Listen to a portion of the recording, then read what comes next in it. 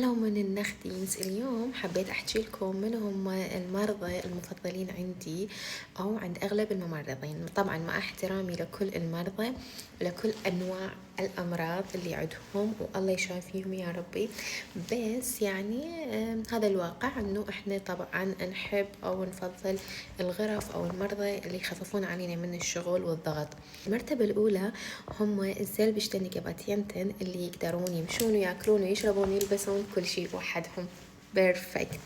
المرتبة الثانية الباتينتن اللي ما عندهم ديمنس، يعني اللي ما عندهم خرف، مع احترامي لهم، بس طبعا يعني المرضى اللي يكون عندهم ديمنس شوية يتعبون أكثر ويحتاجون رعاية وشغل ووقت أكثر. أتمنى لهم يا ربي الشفاء.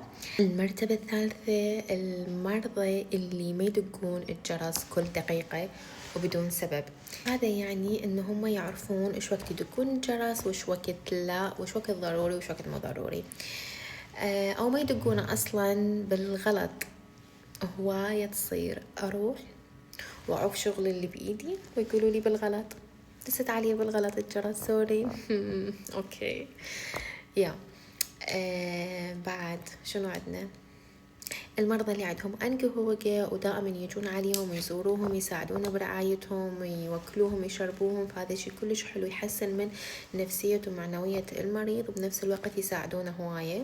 وآخر شيء طبعا المرضى اللي يحجون ألماني ويسهلون علينا طريقة التواصل والتعامل وياهم.